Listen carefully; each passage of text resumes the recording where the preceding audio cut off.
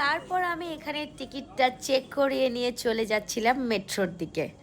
আর জানি না মেট্রো স্টেশনে এত পুলিশের ভিড় কেন, হয়তো কোনো চেকিং পারপাসে কিছু চলছিল কাজ।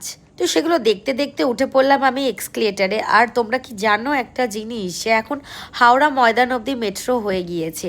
সেটার কারণে কিন্তু মেট্রো স্টেশনে আরও অনেক ভিড়ও বেড়ে গিয়েছে। আগে ছিল একদিকের মেট্রো, এখন বোথ সাইডেই করে দিয়েছে, একটা লেফটে একটা রাইটে। আর কি কোইন্সিডেন্স, মেট্রো স্টেশনে ঢুকতে না ঢুকতে আমি দেখি মেট্রো চলে এসেছে। বাট ভয় পাচ্ছিলাম যে জায়গা পাবো কিনা, বাট লেডিস সিটে গেলাম, দেখলাম পেয়ে গেলাম জায়গা, তো বসে পড়লাম আর খেয়ে নিয়েছিলাম এখানে স্যান্ডউইচ, বিকজ এটা কেনা হয়েছিল খাওয়ার জন্যই। আর আমার পেয়েছিল ভীষণ খিদে, কারণ সকালবেলা আমি খুব একটা বেশি খাবার খাইনি।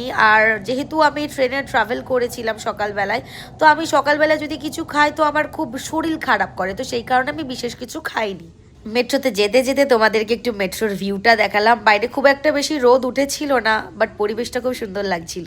মেট্রোর জার্নি কিন্তু একটু গায়ে লাগে না, জানি না কেন মেট্রোতে চড়তে বেশ ভালোই লাগে। আমরা কি জানি মেট্রো মানেই উড়ালপুল, মানে মাটির নিচ দিয়ে যায়। বাট শিয়ালদা থেকে সেক্টর 5 অবধি যে মেট্রোটা, ওটা শুধু ফুলবাগানটুকুনি মেট্রো মাটির নিচ দিয়ে যায়, তাছাড়া কিন্তু যায় না। তো এই করতে করতে একটুখানি ফাঁকা টাইম পেয়ে করে নিয়েছিলাম ভিডিও। টাটা।